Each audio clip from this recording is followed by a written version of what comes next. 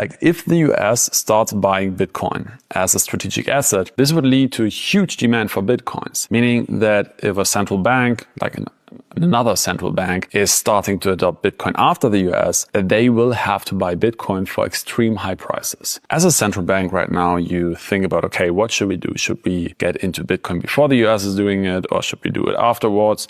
Which route do we go? And this basically, like this environment creates like a similar environment to the prisoner dilemma. So the prisoner dilemma is basically like when you have two prisoners. If both prisoners confess, both would have to sit in the prison for 5 years. Now, if one remains silent, the other can go, but the one prisoner who remains silent has to stay in the prison for 20 years. The other way around as well. And if both remain silent, they will only stay for 1 year. Now, the question is, what do you do? Like, do you confess? Or do you gamble on that the other prisoner is not talking? Because those prisoners cannot interact with each other. So if central bank A adopts Bitcoin and central bank B doesn't adopt Bitcoin as a strategic asset, central bank A gains the first mover advantage and central bank B has to buy Bitcoin for much higher prices. And if both are not buying Bitcoin as a strategic asset, nothing is changing. But if both start to buy Bitcoin, this is a win-win situation for Bitcoin because the price will accelerate a lot.